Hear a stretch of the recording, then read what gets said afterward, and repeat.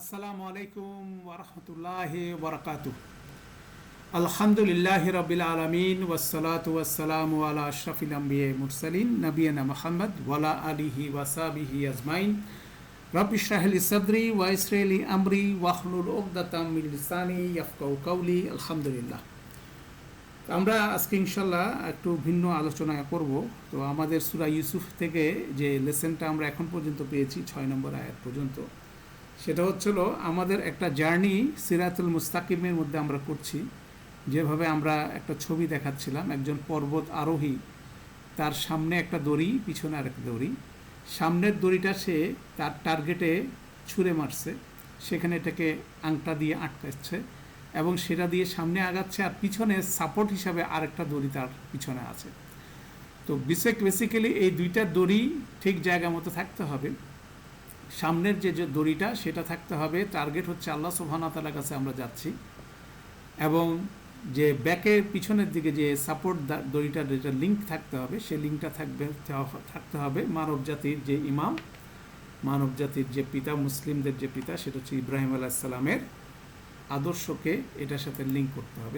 That is my past, মানে আমার অতীতের যদি কোনো বেসিক জায়গা থেকে থাকে, আমরা সবাই ইব্রাহিম আলাইহিস সালামের সন্তান, সেই বিষয়, সেই তার স্পিরিটটা, তার যে ধর্মীয় চেতনাটা, সেটাই বেসিক্যালি আমাদেরকে ধারণ করতে হবে। এবং ওনার জীবনটা হতে পারে আমাদের জন্য একটা রোল মডেল, এবং পরবর্তীতে বিভিন্ন নবী রসুলদের জীবনগুলো কিন্তু একইভাবেই অতিবাহিত হয়েছিল।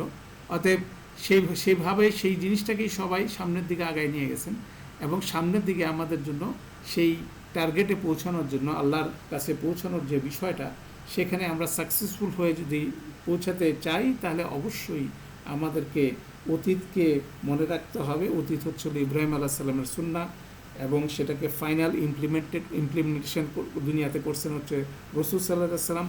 এই টোটাল লিনিয়েজটা মাথায় রাখতে হবে। এইটা হচ্ছে আমাদের হেরিটেজ।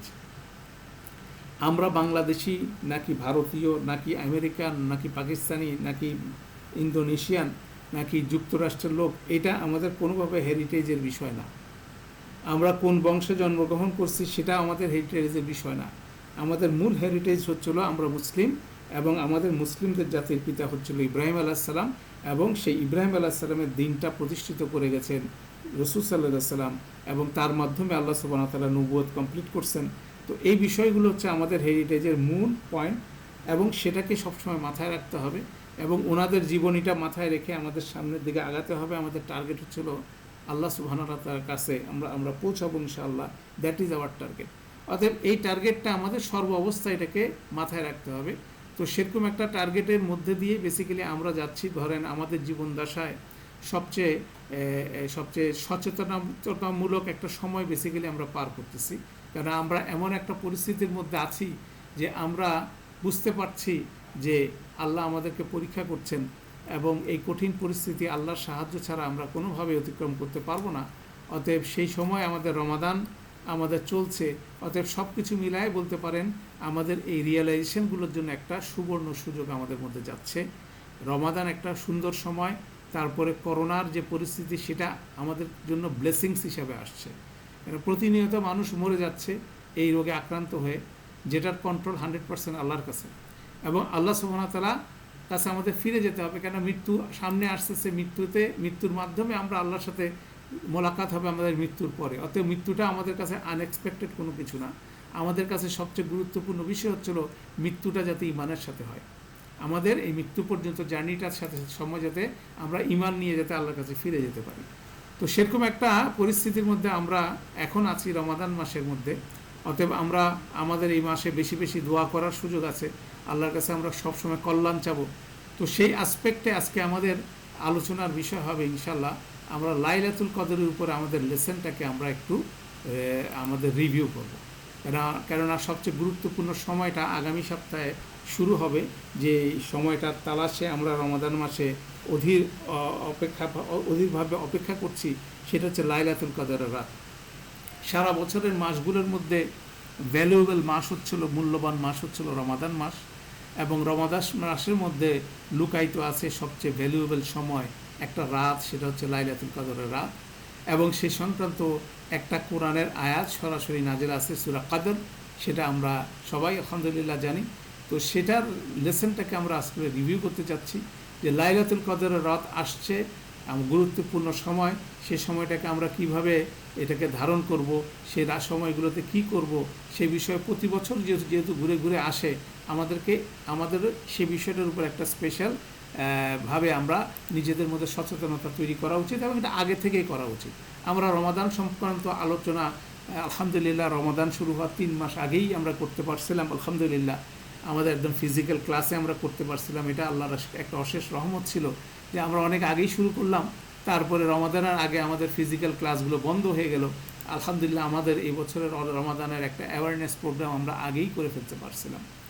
ঠিক একইভাবে লাইলাতুল কদরটা এই রমাদান মাসের মধ্যেই অবস্থিত, অতএব সেটাকেও তালাশ করে সেখান থেকে ম্যাক্সিমাম বেনিফিট নিতে হবে। কারণ আমরা যারা হাজির আছি এই সেশনে, আমাদের ম্যাক্সিমামের বয়স হচ্ছিল 70 বছরের কাছাকাছি, 60+, 60 বছরের অধিক অনেক আমাদের পার্টিসিপেন্টস আছেন। তো আমরা আসলে কতদিন বাঁচবো? রাসূল সাল্লাল্লাহু আলাইহি ওয়াসাল্লাম বাঁচছেন হচ্ছে 63 বছর।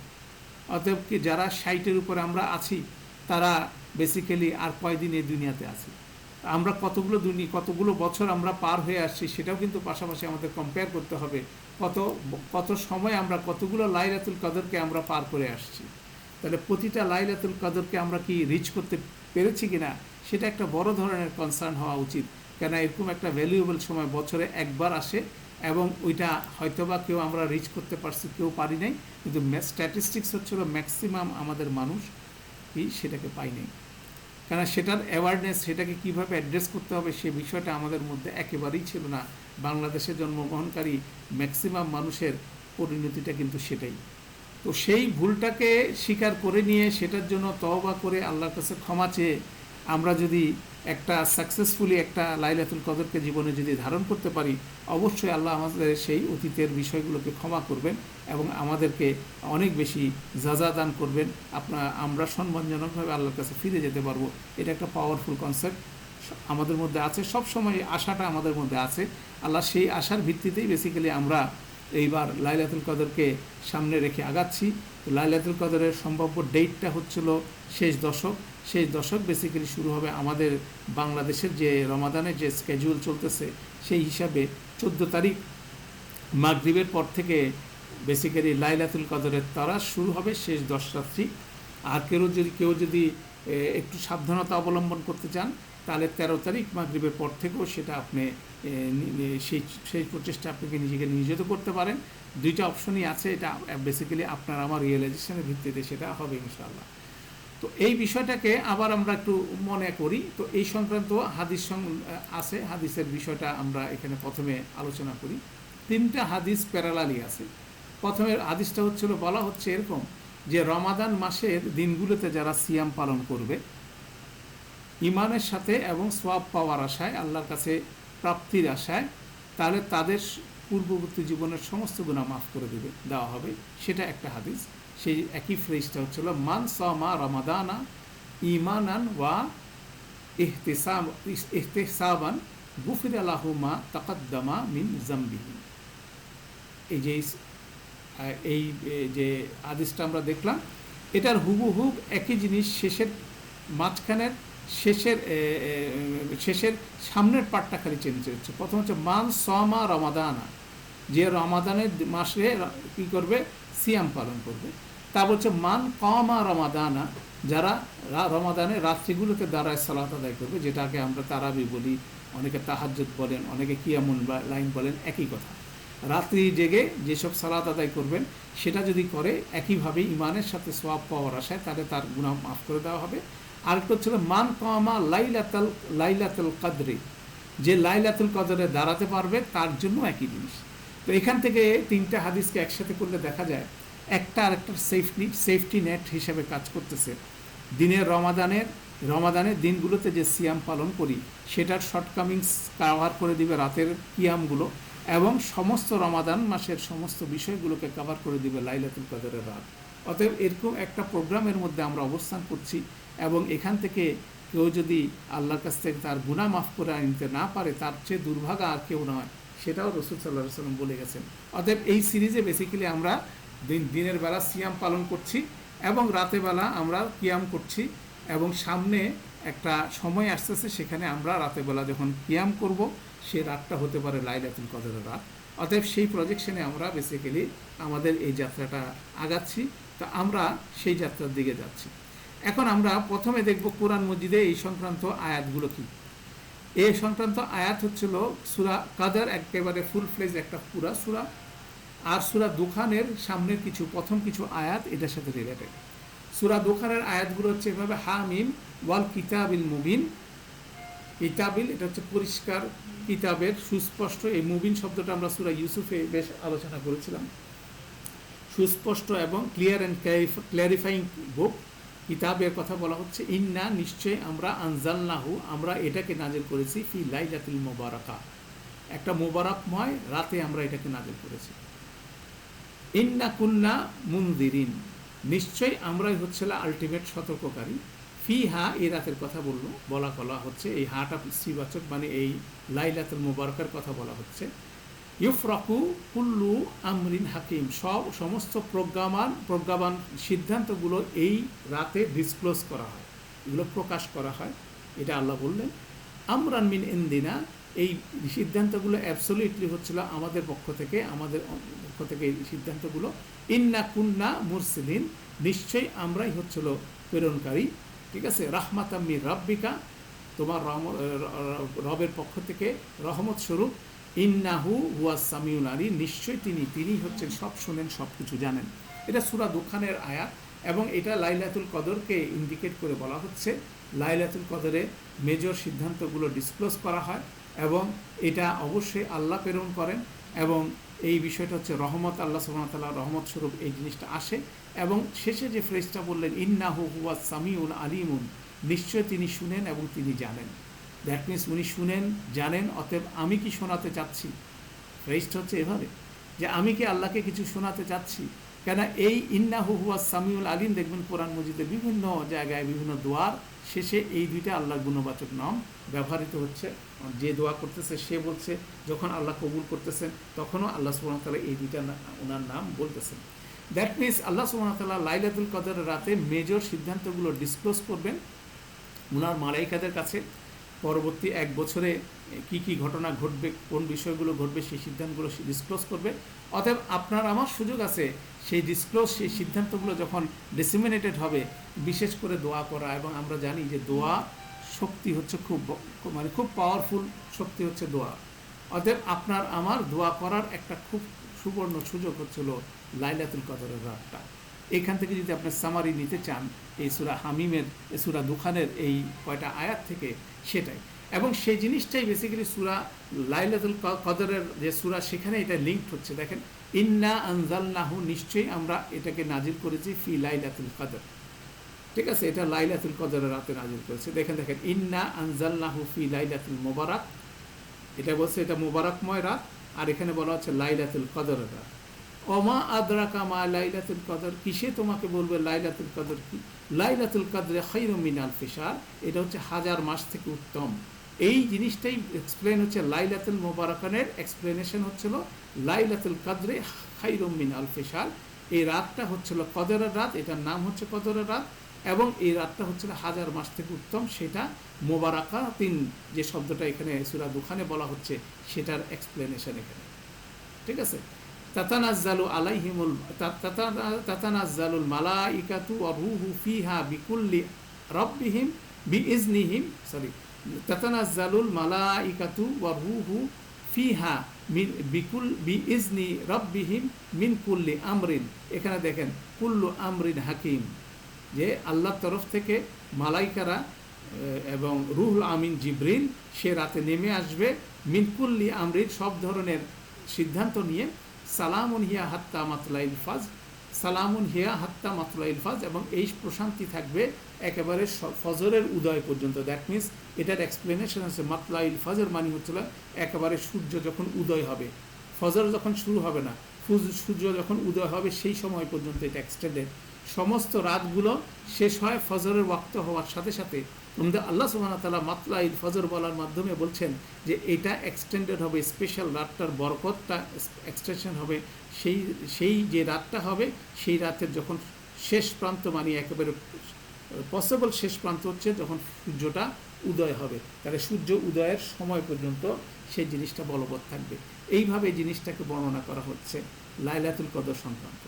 এখন এই মাক্কি সূরাগুলো যখন নাজিল হচ্ছিল তখন সাহাবীরা খুব বেশি উৎসাহিত উঠলেন যে এইটা কবে, এইটা কবে, লাইলাতুল কদরটা কবে, লাইলাতুল কদরটা কবে, এরকম বরকতময় একটা রাত যেখানে হাজার মাস থেকে উত্তম একটা রাতের বেনিফিট হচ্ছে হাজার বছরের উত্তম, এবং সেখানে গুরুত্বপূর্ণ সিদ্ধান্তগুলো ডিসক্লোজ করা হয় এবং সেগুলো যা কিছু, এবং সেখানে যদি আমার কিছু বলার থাকে ইন্নাহু হুয়া সামিউল আলিম, আমি বলতে পারবো, আল্লাহ শুনবেন, অতএব এই রাতটা কখন। মাক্কি জীবনে এই সূরাগুলো নাজিল হয়েছিল, সম্ভবত এগুলো শেষ দিকে নাজিল হয়েছে, তখনও এটা জানা যায় না এটা কখন। এটা জানা গেছে তখনই যখন সূরা বাকারার 185 নম্বর আয়াতটা নাজিল হয়েছে, যেখানে শাহরু রমাদানুল্লাযী উনজিলা ফীহিল কুরআন, রমাদান মাস হচ্ছে সেই মাস যে মাসে কোরআন নাজিল হয়েছে। তাহলে আমরা বুঝলাম রমাদান মাসে কোরআন নাজিল হয়েছে এবং কোরআন নাজিল হয়েছে লাইলাতুল কদরের রাতে, অতএব রমাদান মাসের মধ্যেই লাইলাতুল কদরের রাতটা কি লুকায়িত আছে। এই ইনফরমেশন ওনারা পাওয়ার সাথে সাথে ওনারা যে রমাদানটা পেলেন সেই রমাদানে ওনারা ডে 1 থেকে ইতিকাফে ঢুকে গেলেন। আমরা হাদিসের বর্ণনা থেকে আমরা জানি যে সেই ডে 1 থেকে ইতিকাফে ঢুকলেন, প্রথম 10 দিন ওনারা ইতিকাফ করলেন। জিবরিল আলাইহিস সালাম এসে বললেন যে তোমরা যেটা খুঁজতেছো এটা এখনো নাই, আসে না, পাও না, এটা সামনে আছে। পরের 10 দিনে ওনারা ইতিকাফে ছিলেন এবং তখনও বললেন যে এটা তোমরা এখনো পাও না, এটা সামনের দিকে আছে। এবং শেষ 10 রাতে আলটিমেটলি রাসূল সাল্লাল্লাহু আলাইহি ওয়াসাল্লাম স্বপ্নে দেখলেন যে লাইলাতুল কদরের রাতে উনি সেজদা দিচ্ছেন আর ওনার কাদায় ওনার মানে কপালটা ভিজে যাচ্ছে, এবং সেরকম একটা উপলক্ষ ওনারা প্রত্যক্ষ করলেন। কেউ বলে এটা 21শে রমাদান, কেউ বলে এটা 23শে রমাদান, যাই হোক ওনারা শেষ দশকে পেলেন। এবং শেষ দশকে পাওয়ার পরে এটা কনফার্ম হলো যে এটা শেষ দশকে আছে।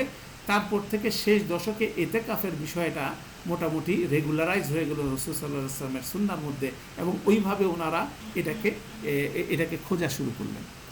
তো এই বিষয়টা একটা পাওয়ারফুল জিনিস, এটা হচ্ছিল সামারি ওয়েতে হিস্ট্রি।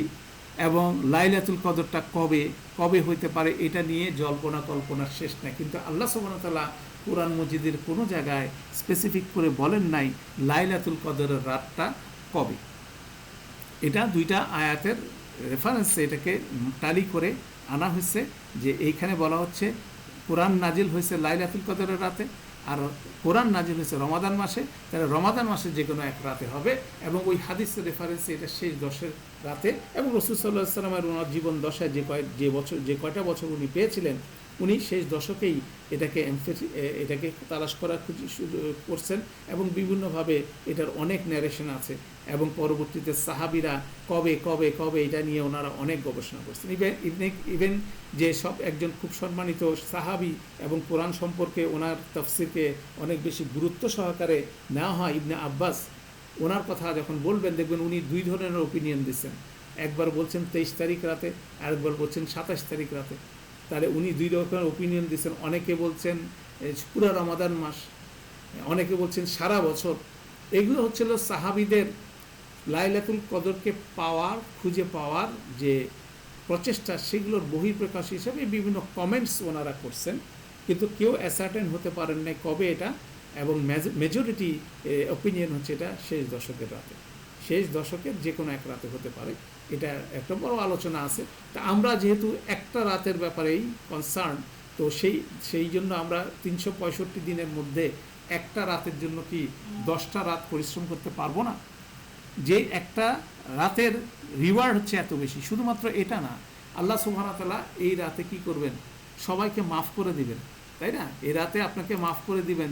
যে লাইলাতুল কদরের রাতে দাঁড়াতে পারলো তার আগের জীবনের সমস্ত গুনাহ মাফ হয়ে যাবে, একটা রিওয়ার্ড।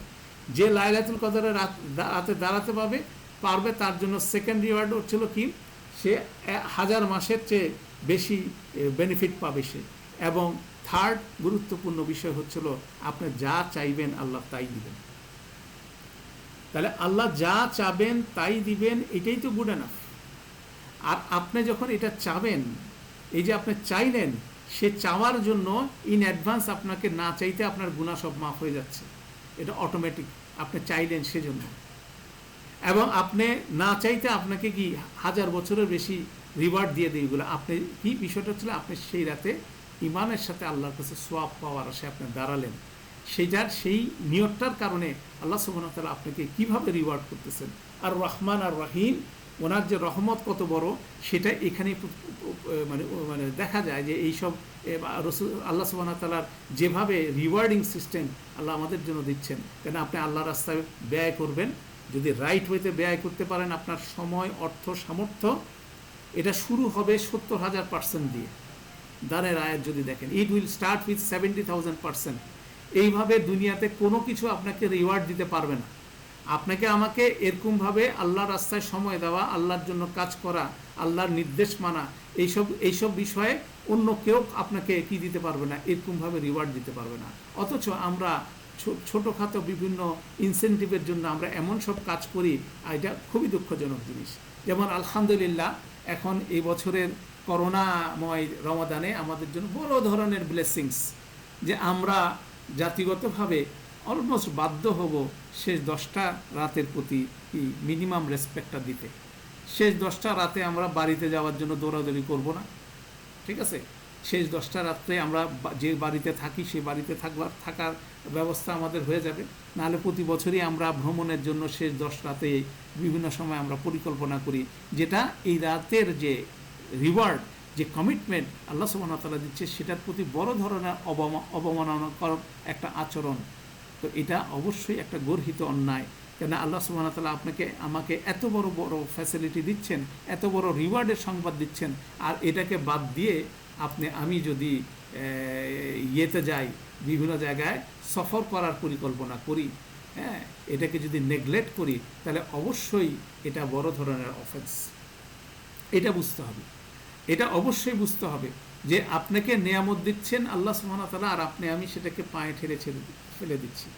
এটা কোনোভাবেই গ্রহণযোগ্য একটা অ্যাটিটিউড হতে পারে না। অতএব ওইটা একটা বড় ধরনের স্পিরিট, যে আমি যদি এটাকে না বুঝি, না বুঝতে পারি, অন্তত এই সময়টাকে ডিজনার করব না। এটা হচ্ছে গুরুত্বপূর্ণ জিনিস।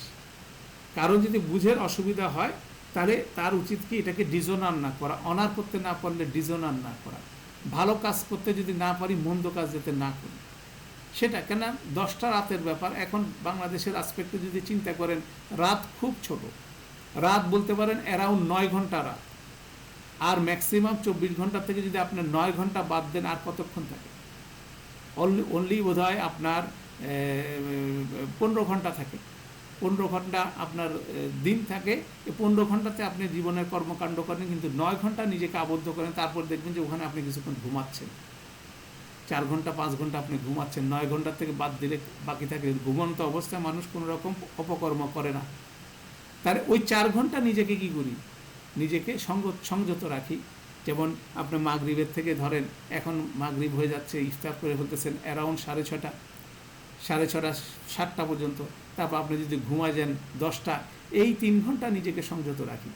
3 ঘন্টা নিজের মানে মন্দ কাজগুলো, যেমন সবচেয়ে বড় মন্দ কাজ আমরা করে থাকি কি, আরেকজনের সাথে কথা বলি, আরেকজনের সাথে মন্দ কথা বলি, একজনের সাথে কথা শুরু হলে গীবত শুরু হয়। তাহলে এই 10টা রাতে আমরা কথা বলা বন্ধ করি। এতেকাফে যাওয়া হচ্ছে বেস্ট অপশন। এখন এতেকাফে গেলেও বিপদ। এতেকাফে গেলেও দেখা যাচ্ছে মসজিদগুলো বাজারে পরিণত হচ্ছে। সেখানে আল্লাহর নামের চেয়ে, আল্লাহর স্মরণ হচ্ছে, দেখা যাচ্ছে যে অন্য বিষয়ে আড্ডা চলতেছে, যার ফলে একজন মুসল্লি যিনি একনিষ্ঠভাবে এতেকাফে ঢুকছেন, তিনিও ঠিকমতো এতেকাফ করতে পারছেন না। সেটা এমন হয়ে গেছে আমাদের আচরণগুলো। অতএব আমরা যারা এতেকাফে ঢুকবো, অবশ্যই আরেকজনকে সহযোগিতা করব, নিজেকেও সহযোগিতা করব। কী করব? একনিষ্ঠভাবে আল্লাহর কথা চিন্তা করব। তো সেই জন্য আপনি মাগরিবের আগেই, ইফতারের আগেই, লাইলাতুল কদরের রাত শুরু হওয়ার আগেই, শেষ দশকে আপনার মোবাইল সুইচ অফ করে রাখেন, মোবাইলটা বন্ধ করে রাখেন। দেখবেন যে বর্তমান যুগে অনেক ফিতনা থেকে আমি বেঁচে গেছি, তাই না? তাহলে এটা একটা বড় ধরনের বিষয়, যে সেভাবে আমরা জিনিসটাকে শুরু করি। তারপরে আমাদের যার যতটুকু বিদ্যা আছে সেভাবে আল্লাহকে আমরা ডাকতে থাকি, সালাত আদায় করি, তারপরে কোরআন মজিদ থেকে পড়ি এবং দোয়া করি। 3টা জিনিস, একটা হচ্ছে সালাত আদায় করবেন, কোরআন মজিদ পাঠ করবেন, আর হচ্ছে দোয়া করবেন। এই 3টা অ্যাক্টিভিটি দিয়ে আমাকে এই 9 ঘন্টার মধ্যে যতগুলো ঘন্টা আপনি পার করতে পারেন এবং একনিষ্ঠভাবে আল্লাহর কাছে চাইতে পারেন, সেই পাওয়ারফুল সময়টা কিন্তু আমাদের সামনে আসতেছে। অতএব আমরা সামনের দিনের যে অনিশ্চয়তার কথা নিয়ে আমরা খুব বেশি চিন্তিত, সেটার থেকে মুক্তির সবচেয়ে বড় সময় কিন্তু আমার সামনে আছে। সেটা হচ্ছে লাইলাতুল কদর, রমাদান মাস, লাইলাতুল কদর। তাহলে রমাদান মাস চলে গেল, লাইলাতুল কদরের রাত চলে গেল, তারপরও যদি আমরা আশঙ্কা, এই যে যে যে বিপর্যয়ের আশঙ্কা আমরা করছি সামনে, সেখান থেকে যদি আমরা নিজেকে মুক্ত করতে না পারি, তাহলে আমাদের চেয়ে ব্যর্থ আর কেউ হতে পারে। মানে মুসলিম হিসাবে আমাদের সেই অ্যাওয়ারনেসটা মিনিমাম বিল্ড আপ হওয়া উচিত। এবং দেখবেন কোনো আলোচনাই পত্রপত্রিকায় নাই এই বিষয়ে, তাই না? আমাদের সমাজটা এমনভাবে হয়ে গেছে যে আমাদের সমাজে যারা সমাজপতি আছে, যারা ক্ষমতাবান আছে, যারা বিভিন্ন ক্যাপাসিটিতে সমাজে অপারেট করে, তারা এই সব বিষয়ে কোনো কথাই বলেন না। এটা দুঃখজনক বিষয়। তাই বলে সেটা তাদের ব্যাপার, কিন্তু আমরা আমাদের পরিবারে, আমরা মুসলিম পরিবারের মধ্যে অবশ্যই আমাদের পরিবারের সদস্যদেরকে নিয়ে বসে আমরা নিজেরাই এই আলোচনাটা করব। অবশ্যই আমরা সম্মিলিতভাবে আমরা চেষ্টা করব, নিজের জন্য দোয়া করব, যারা বুঝতেছে না তাদের জন্য দোয়া করব। যারা বুঝতেছে না, যারা ভিন্নভাবে চিন্তা করতেছে, তারাও মুসলিম পরিবারে আল্লাহ তাদেরকে জন্ম দিচ্ছে, তাদেরকে দায়িত্ব দিচ্ছে, তারা দায়িত্ব পালন করতে পারতেছে না। অতএব আমরাও তাদের জন্য দোয়া করব, কেননা সম্মিলিতভাবে আল্লাহর কাছে চাওয়ার একটা খুব সুন্দর সুযোগ হচ্ছিল এই সময়টা। তো সেই সময়টার মধ্যেও যদি আমাদের মধ্যে অ্যাওয়ারনেস না আসে, সেটা অত্যন্ত দুঃখজনক বিষয়। কারণ সামনে যে জিনিসটা দেখেন কত সুবিধা হয়ে গেছে। এখন যেমন গত বৃহস্পতিবার থেকে সালাত মসজিদে যায় পড়ার জন্য সরকার অনুমতি দিচ্ছেন, সেখানে মাইকে ঘোষণা আসতেছে 12টি বিধিনিষেধ দেওয়া হয়েছে। তো আমরা এখানে শুনতেছিলাম একটা বিধিনিষেধ হচ্ছে, বলতেছেন তারা যে সুন্নত সালাত, নফল সালাত বাসা থেকে পড়ে আসবেন। অথচ কেউ মাইকে বলতেছে না এটা হচ্ছে রাসূল সাল্লাল্লাহু আলাইহি ওয়াসাল্লামের সুন্নাই। তো এটা হচ্ছে ব্যত্যয় আমরা কেন ঘটালাম? আপনাকে আমাকে সুন্নত নফল সালাতগুলো বাসায় পড়তে হবে, সেটা সলাতের আগে পড়েন এবং সলাতের পরে পড়েন, এইটাই হচ্ছে রাসূল সাল্লাল্লাহু আলাইহি ওয়াসাল্লামের সুন্নাহ। অথচ আমরা পুরা জিনিসটাকে কি করছি, চেঞ্জ করে আমরা মসজিদে পড়তাম। তাহলে দেখা যাচ্ছে যে আমাদের ইবাদতের পন্থার মধ্যে অনেক রকম সমস্যা আছে, সেগুলো দেখা যাচ্ছে অনেক কিছুই কিন্তু এখন বেরোয় আসতেছে যে এগুলো ছাড়াও চলে, এবং যেটা ছাড়াও চলে সেটা দেখতেছি বেসিক্যালি রাসূল সাল্লাল্লাহু আলাইহি ওয়াসাল্লাম ওভাবেই করতেন। কেননা দিনটা খুব সহজ সরল, কিন্তু যেটা গুরুত্বপূর্ণ জিনিস, আমার দিনের সমস্ত ওয়ার্শিপের মধ্যে, উপাসনার মধ্যে প্রাণ থাকতে হবে। মেকানিক্যাল বিষয়গুলো আমাদেরকে কি করতে হবে, অ্যাভয়েড করতে হবে। এই ধরনের বিষয়গুলো কিন্তু খুব গুরুত্বপূর্ণ বিষয়। তাহলে এই লাইলাতুল কদরকে সামনে রেখে আমাদের জন্য ইজি হয়ে গেছে। এখন মার্কেটও বন্ধ, আপনি জামা কাপড় বানানোর অর্ডারও করতে পারেন নাই। অতএব শেষ মুহূর্তে আপনি দৌড়াবেন, সেটারও কিন্তু প্রয়োজন না। এখন তারপরে যদি নেশাগ্রস্তর মতো আমি দৌড়াইতে থাকি, আই ক্যান ডু ইট। তারপরও ভয় আছে, করোনার ভয়ে অনেকে কি করবে, মার্কেট খুললেও মার্কেটে যাবে না, তাই না?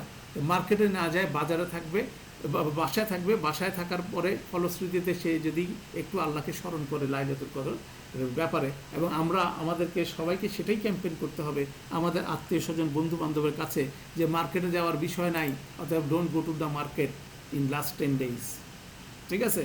সন্ধ্যার পরে কোনো অবস্থাতে বাসার বাইরে আমরা যাব না, আমরা অনর্থক আরেকজনের সাথে ফোনে কথা বলবো না, আমরা একনিষ্ঠভাবে আল্লাহর কথা স্মরণ করি, আল্লাহর কাছে ক্ষমা চাই, যদি আরবি কিছু না জানি বাংলা ভাষায় বলি, কোনো অসুবিধা নেই। আমরা ইন্সপায়ার করি, এটা কিন্তু একটা সুযোগ। কোরআন মজিদের একটা অনুবাদের কপি দিয়ে দেন, দিয়ে বলেন যে এটা পড়েন, এটা পড়লেও যথেষ্ট হবে। যিনি একেবারে রিডিং করতে পারেন না, হ্যাঁ, তাকে বলেন যে আপনি বসে আছেন কেন, আপনি একটা কোরআন মজিদের বাংলা কপি নিয়ে এসে এটা রিডিং করতে থাকেন, খুব ফুল স্পিডে পড়তে থাকেন। আপনার যদি বাংলা পড়ার ক্যাপাসিটি ভালো থাকে, আপনার যদি ইংরেজি করার ক্যাপাসিটি থাকে, এই 10 দিনে বাংলার ট্রান্সলেশনটা পুরোটা পড়ে ফেলেন, একবারে পড়ে ফেলেন, 2বার পড়ে ফেলেন, এটাই আপনার জন্য যথেষ্ট হবে। তখন এই যেভাবে মিনিমাম যার যতটুকু ক্যাপাসিটি আছে, আমরা সবাইকে এনকারেজ করব যে আপনি যে কোনো ক্যাপাসিটি হিসেবে আল্লাহর কিতাবটা একটু দেখেন, আর আল্লাহর কিতাবটার ব্যাপারে আপনি আল্লাহর কাছে দোয়া করেন যে আল্লাহ আপনার কিতাবটা আমার বোঝার তৌফিক দান করেন। যেমন আমরা কোরআনের ক্লাসে যারা হাজির আছি, আমরা কোরআন নিয়ে যারা পড়াশোনার চেষ্টা করি, আমাদের 1 নম্বর দোয়া হচ্ছে কি, আল্লাহ আমাদেরকে আপনার কোরআনের আয়াতগুলোর সাহাবী বানায় দেন। আমরা যাতে সালাতে যখন দাঁড়াই, আমরা যখন আপনার কিতাব পড়ি, আমরা যাতে শতভাগ এটা বুঝতে পারি, সেই ক্যাপাসিটি আমাদেরকে ধরেন। কারণ আমাদের দোয়াটা হচ্ছে এটাই, যে আল্লাহর সাথে যদি কমিউনিকেশন আমি যদি সারা বছর স্টাবলিশ রাখতে পারি, তাহলে আমার দুনিয়া আখেরাত নিয়ে কোনো ভয় করার কিছু নেই। সব কিছুই আল্লাহর হাতে। এখন আল্লাহর সাথে কানেকশনটা আমাকে স্টাবলিশ রাখতে হবে। সেই স্টাবলিশ রাখার জন্য এই ট্রেনিং পিরিয়ড হচ্ছিল আমাদের রমাদান মাস। সেই রমাদান মাসে সেভাবে কাজে লাগায় এবং লাইলাতুল কদর আমরা মানে ডেসপারেটলি আল্লাহর কাছে দোয়া করব, আল্লাহ আমাদের জন্য আপনার কোরআন মজিদ সহজ করে দেন, আমরা যাতে এটা পড়ার সাথে সাথে বুঝতে পারি।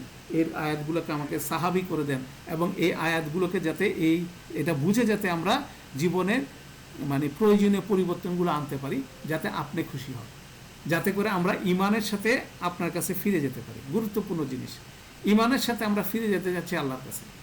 এখন কি স্ট্যাটাসে যাব, আইসিইউতে থেকে যাব নাকি হঠাৎ করে রাস্তার মধ্যে পড়ে যাব, আমরা তো সেটা জানি না, কিন্তু এক্সিটটা হতে হবে ওয়াতাওয়াফানা মা আল আবরার। আল্লাহ আমাদেরকে ভালো লোকের সাথে আপনি ফিরিয়ে নেন, মানে ইমানের সাথে যেতে চাই। এবং মৃত্যুর পরবর্তী সমস্ত পরিস্থিতির জন্য আমাদের কাছে ম্যাপটা পরিষ্কার।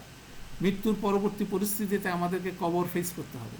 মৃত্যু থেকে কবর পর্যন্ত পরিস্থিতি কঠিন, তারপরে কবরের পরিস্থিতি কঠিন, কবরের পরের পরিস্থিতি যখন পুনরুত্থান দিবস, কিয়ামতের দিবস, বিচার দিন, ওটাও কঠিন পরিস্থিতি। আমরা সমস্ত জায়গায় বিনা হিসাবে বিনা আযাবে আল্লাহর কাছে কি চাই? জান্নাত চাই। অতএব এই যে বিষয়গুলো, এই বিষয়গুলো ডেসপারেটলি আমরা চাবো। নিজের জন্য দোয়া করব, নিজের সন্তানদের জন্য দোয়া করব, পিতামাতার জন্য দোয়া করব, জরিয়াদের জন্য দোয়া করব। আপনার দোয়ার লিস্ট বানান, ঠিক আছে? বিভিন্ন রকম বাস্তবতায় আমরা আছি, আমরা কল্যাণ চাই, আমরা জানি না কিসের মধ্যে কল্যাণ। আল্লাহর কাছে ডেসপারেটলি চাই রব্বানা আতিনা ফিদ দুনিয়া হাসানাতাম ওয়া ফিল আখিরাতি হাসানাতাম ওয়া কিনা আযাবান নার। এটা বলি তো তাবাখির মতো, কিন্তু এটা বোঝার চেষ্টা করি, এটা খুব গুরুত্বপূর্ণ। আল্লাহ সুবহানাহু ওয়া তাআলা দুনিয়াতে হাসানা দেন, যে হাসানা আমাকে আখিরাতের হাসানার দিকে নিয়ে যাবে। আর দুনিয়াতে এমন কিছু দিয়েন না যেটা আখিরাত ধ্বংস করবে আমাকে। তাহলে এগুলো কিন্তু পাওয়ারফুল কনসেপ্ট। একটা দোয়াই সাফিসিয়েন্ট, কিন্তু ওইটাই আমরা ঠিক মতো বলতে পারতেছি না। তাহলে দোয়াটাও গুরুত্বপূর্ণ। এবং এই দোয়া, এই রাতের জন্য একটা স্পেশাল দোয়া আয়েশা রাদিয়াল্লাহু তাআলা আনহাকে রাসূল সাল্লাল্লাহু আলাইহি ওয়াসাল্লাম শিখিয়ে গেছেন। সেটা হচ্ছে আল্লাহুম্মা ইন্নাকা আফুউন তুহিব্বুল আফওয়া ফাফু আননি। হে আল্লাহ, আপনি হচ্ছে আফুউন, আপনি পাপ মোচন করেন। আফা শব্দটা হচ্ছে এরকম একটা শব্দ, যেমন গাফারা এবং আফা শব্দের মধ্যে পার্থক্য হচ্ছে, আফা হচ্ছে মুছে দেওয়া, এটার কোনো ট্রেস থাকে না। যেমন আমার যদি অনেক পাপ থাকে, আল্লাহ গাফারা মানে উনি যদি ক্ষমা করে দেন, যেটা যদি ঢেকে দেন, তাহলে এটাকে ঢেকে দিলেন কেউ দেখতে পাবে না। তো এটা হচ্ছে এমন একটা দৃশ্য, ধরেন আমি টেবিলের উপর একটা চাদর দিয়ে ঢেকে দিলাম, কেউ আপনি দেখলেন না ভিতরে কি আছে, কিন্তু আপনি বুঝলেন ভিতরে কি আছে, একটা টেবিল আছে। তো কিয়ামতের দিন যখন আমরা দাঁড়াবো আল্লাহর সামনে, গুনার পাহাড় নিয়ে আমরা দাঁড়াবো, আল্লাহ সব ঢেকে দিচ্ছেন, কেউ দেখতে পারবে না, সবাই বুঝবে যে এক পর্বত পরিমাণ গুনাহ নিয়ে হাজির হয়েছে। আর আফা শব্দটা হচ্ছিল আল্লাহকে এগুলো মুছে দেন, ঠিক আছে? দ্যাট মিনস আল্লাহ তো ওগুলো কী করবে, এমনভাবে মুছে দেবেন এখানে যে কোনো গুনাহ ছিল সেটা কোনো ট্রেস থাকবে না। তাহলে গাফারা এবং আফা শব্দের মধ্যে কিন্তু এটা ডিফারেন্স। আমরা আল্লাহর কাছে দোয়া করতেছি, আল্লাহুম্মা ইন্নাকা আফুন, হে আল্লাহ, আপনি আমাদের পাপগুলোকে কী করেন? মুছে দেন, ঠিক আছে? তুহিব্বু আফওয়া, আপনি এই পাপ মোচনটাকে খুব পছন্দ করেন। ফাফু আননি, অতএব আমার পাপগুলোকে মুছে দেন। দ্যাট মিনস আমার সমস্ত পাপ লোডটাকে কী করেন? অফলোড করে দেন। দ্যাট মিনস আমার গুনার সবগুলো মুছে দেন, এই গুনার লোড আমি আর নিতে পারতেছি না, সেরকমভাবে আমাকে ফ্রি করে দেন। দ্যাট মিনস এটা হচ্ছিল অ্যাজিফ যে আমার স্লেটটাকে ক্লিয়ার করে দেন, যাতে আমি পরিষ্কারভাবে কীভাবে একজন নবজাতকের মতো আমি আপনার কাছে ফেরত যেতে পারি। সেই পাওয়ারফুল দোয়াটাই বেসিক্যালি রাসূল সাল্লাল্লাহু আলাইহি ওয়াসাল্লাম এখানে বলতেছেন। এবং এখানে পাওয়ারফুল বিষয় আছে এই জিনিসটা, যে দিস ইজ দ্য আলটিমেট দোয়া। যেমন অনেকেই অনেক রকম কনসেপ্ট বলেন, বাবা মার জন্য কি করব, একটা টিউবওয়েল দিব কিনা, ওইটা দিব কিনা, সেটা দিব কিনা, বিভিন্ন সদকায়ে জারিয়ার কথা আমরা বলি। কিন্তু একটা ইন্টারেস্টিং বিষয় কি জানেন, যে কত সওয়াব হইলে আপনার বাবা মা জান্নাতে যেতে পারবেন সেটা আপনি জানেন? কত সওয়াব হইলে আমার বাবা মা জান্নাতে যেতে পারবেন, কবর আযাব মাফ পাবেন, সেটাকে আমরা জানি? বা আমি কত সওয়াব পেলে এটা পাবো আমরা জানি? আল্লাহর কাছে একটা জিনিস আমাদের প্রাপ্তি আছে, সেটা হচ্ছে ক্ষমা। আল্লাহ ক্ষমা করে দিলে আমাদের জন্য সব কিছু সহজ। আল্লাহ ক্ষমা করে রহমত করে আমাদেরকে কোথায় পাঠাবেন? জান্নাতে পাঠাবেন। তাহলে আমরা যত ভালো কাজই করি সেটার বিপরীতে আমরা আল্লাহর কাছে কি ক্ষমা চাবো? নিজের জন্য ক্ষমা চাবো, পিতামাতার জন্য ক্ষমা চাবো। সওয়াবের হিসাব যারা করেন, এটা সওয়াবের হিসাব আছে, দ্যাটস ট্রু, কিন্তু এটা একজন আরেকজনকে ট্রান্সফার করতেছি এই কনসেপ্ট একটা রং কনসেপ্ট সবার মধ্যে প্রোপাগেট করছে। আপনি 3বার এখলাস সূরা এখলাস, 3বার ফালাক, 3বার নাস পড়ে তারপরে আপনি দোয়া করার চেষ্টা করতেছেন। এইখানে যা কিছু পড়িলাম উহার মধ্যে যা কিছু ভুল ত্রুটি আছে তাহা মাফ করিয়া আপনি কবুল করিয়া লন এবং ইহার সোয়াব বক্সায় দেন এর উপরে, ওর উপরে, তার উপরে। It is not the right way of দোয়া। এটা দোয়া করার আসল পদ্ধতি না। আমি ভালো কাজ করব, এর বিপরীতে আমি কি যাবো? আল্লাহর কাছে ক্ষমা চাবো এবং কল্যাণ চাবো। কার জন্য? নিজের জন্য চাবো, নিজের সন্তানদের জন্য চাবো, পিতামাতার জন্য চাবো, ঠিক আছে, আত্মীয় স্বজন, বন্ধু বান্ধব, পাড়া প্রতিবেশী, মুসলিমদের জন্য চাবো, মুমিনদের জন্য চাবো, ঠিক আছে। সবাইকে আল্লাহ যাতে ক্ষমা করেন এবং সবাইকে যাতে কল্যাণ দান করেন, এইটাই হচ্ছে ব্রডলি আমাদের চাওয়ার বিষয়। সেই জিনিসটা দেখেন রাসূল সাল্লাল্লাহু আলাইহি ওয়াসাল্লাম একটা দোয়াই শিখছেন, আপনি আর কোনো দোয়া পাবেন না। তাহলে এটা কতবার বলবেন? এখন প্রশ্ন হচ্ছিল এই দোয়াটা আমি কতবার বলবো? এখন বলবেন যে কতবার বলবো? এটা বলতেই থাকতে হবে এটার মধ্যে কি দিতে হবে? প্রাণ দিতে হবে। এটা বলতে থাকবেন, আপনার পাপের কথা স্মরণ করবেন, আপনার বাবা মার যারা চলে গেছেন তাদের ভুলভ্রান্তি আপনি স্মরণ করবেন যে আমার বাবা এটা করতে পারে নাই, আমার মা এটা করতে পারে নাই, আমার বাবার এই ভুলটা ছিল, এই ভুলটা ছিল, ওনারা এটা সংশোধন করতে পারেন নাই, আল্লাহ সুবহানাহু ওয়া তাআলা এগুলো ক্ষমা করেন, এগুলো ক্ষমা করেন, এগুলো ক্ষমা করেন। আমরা রিকোয়েস্ট করতে পারি, কবুল করার মালিক আল্লাহ, এবং আল্লাহ চাইলে সব কিছু পাবে। কেন আমরা সূরা আত-তাহরিমে যেটা আমরা পড়ছিলাম, সেদিন সেই বিচারের দিনের যে পরিস্থিতি হবে, মুমিনরাই জান্নাতের দিকে যেতে থাকবে আর আল্লাহকে বলতে থাকবে ইয়াকুলুনা রব্বানা আতমিম লানা নূরানা ওয়াগফির লানা ইন্নাকা আলা কুল্লি শাইইন কাদির। হে আমাদের রব, আমাদের নূরটাকে, আমাদের আলোটাকে সম্পূর্ণ করে দেন, হ্যাঁ, এবং আমাদেরকে ক্ষমা করেন। সেদিনও ক্ষমা চাচ্ছে, সেদিন মুমিনরা সেদিন ক্ষমা চাওয়ার সুযোগ পাবে, আর কেউ সুযোগ পাবে না।